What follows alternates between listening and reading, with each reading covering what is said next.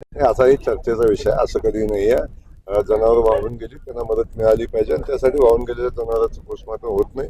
त्यामुळं जनावर होतं याची खात्री करून त्या जनावरांना मदत देण्याची भूमिका खरं तर आपण काल एक गंभीर गौप्यस्फोट जो आहे तो केला होता की राम सातपुते यांना कट रचून मारण्याचा प्रयत्न केला गेलेला आहे. कॉन्ट्रॅक्ट किलिंगचा हा प्रकार आहे. तर त्यावरती उत्तम जानकर म्हणतात की मेलेल्यांना कोण मारणार आहे, असा काही प्रकार नाहीये.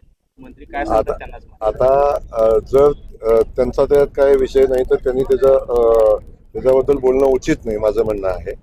जे लोक याच्यामध्ये सामील असतील त्यांच्यावर कारवाई होईल.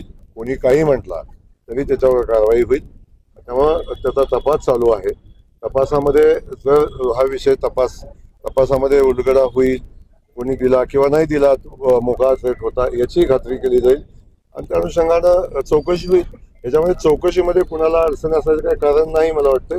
त्यामुळं त्यांच्या म्हणण्याला काही फार अर्थ नाही आणि ती लोक कोणी कटात सहभागी नसतील तर त्यामुळे चर्चा व्हायचं काय कारण. रामभाऊने थेट नाव घेतलं मोहिते पाटलांचं. त्यांनी असं म्हटलं की ते त्यांचे कार्यकर्ते हे सगळे राजकीय अपयशामुळे सगळे खचलेले आहेत, त्यामुळे सगळा षडयंत्र. आता आमदारांनी राम सातपुते साहेबांनी घेतलेला तो त्यांचा विषय आहे. माझं म्हणणं आहे की पोलिसांना चौकशी करू द्या.